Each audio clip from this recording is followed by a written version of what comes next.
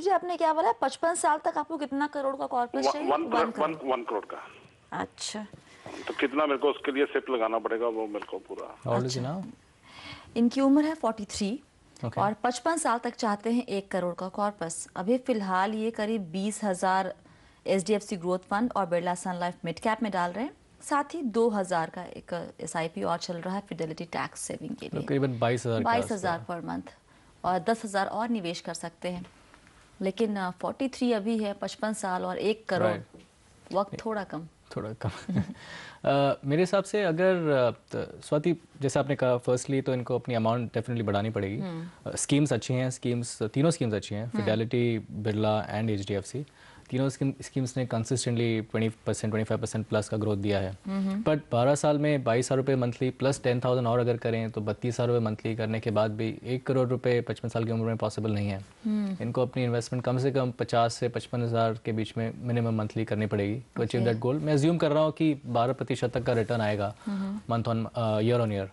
वो एक average assumption हम लेके चलते हैं। उस हिसाब से इनको डेफिनेटली अमाउंट तो बढ़ानी पड़ेगी। स्कीम्स आर गुड, स्कीम में कुछ इशू नहीं है, अमाउंट बढ़ाने की ज़रूरत ज़्यादा है। यहाँ अपना वो पीरियड बढ़ाएं, 55 की वजह 60 करें या 62 करें। यही पर हम बात करते हैं नॉर्मली अभिनव की, जितनी जल्दी शुरू करेंगे आपके लिए अमाउंट बहुत कम आप निवेश करेंगे और बड़ा कॉर्पस क्रिएट कर पाएंगे। लेते हैं अगला सवाल। मेरठ से रवि कुमार ने फोन किया है। रवि जी क्या जानना चाहते हैं आप?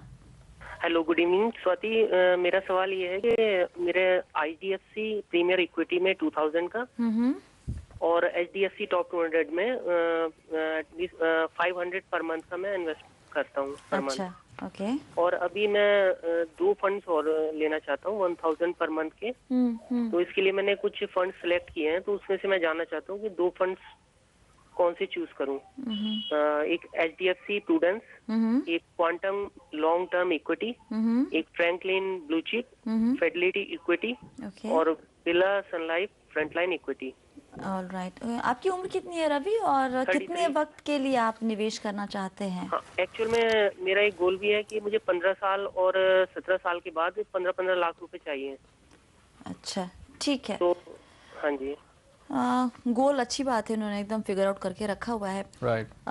बहुत ज़्यादा भी अमाउंट नहीं निवेश कर रहे हैं, लेकिन क्या लगता है ये निवेश गोल के लिए सफिशिएंट है? और इन जो ऑप्शन दिए, 6 ऑप्शन थोड़ी स्टडी किए उन्होंने, उनमें से कोई 2 फंड और आप चाहेंगे सजेस्ट करना? बहुत ही अच्छा है कि आजकल सब स्टडी करने के बाद ऑप्शन पूछते हैं। इट इज़ गुड कि लोग इंटरेस्ट ले रहे हैं। हाउएवर इनमें मैंने देखा कि एक I think HDFC Prudence fund है which is actually a balanced fund. तो आई थिंक डेफिनेटली उसकी ज़रूरत नहीं है। हालांकि एक बहुत बेहतरीन बैलेंस फंड है, काफ़ी अच्छे रिटर्न्स दिए, but I don't think it's required. Firstly मैं ये जानना चाहूँगा कि उनको और स्कीम्स की ज़रूरत क्या है। अगर जो ऑलरेडी 2 स्कीम्स हैं वो काफ़ी अच्छी स्कीम्स और अच्छा परफॉर्मेंस है, उन्हीं स्कीम में ऐड करें। जनरली जैसे वो सेइंग है कि don't put all your eggs in one basket. सबको लग रहा है कि मैं 15, 20, 60 स्कीम लूँ, और वो तो एकदम ही वो इस लॉजिक में नहीं वर्क करता, बिकॉज सबके इक्विटी पोर्टफोलियोज हैं। आपको देखना है किसका पोर्टफोलियो आपके एसेट एलोकेशन को सूट करता है या नहीं करता है। हालांकि फिर भी इनको अगर कंफर्ट लेवल नहीं है करने में, तो मेरे हिसाब से अगर ये Franklin India blue chip fund add करें विल डेफिनेटली मेक सेंस।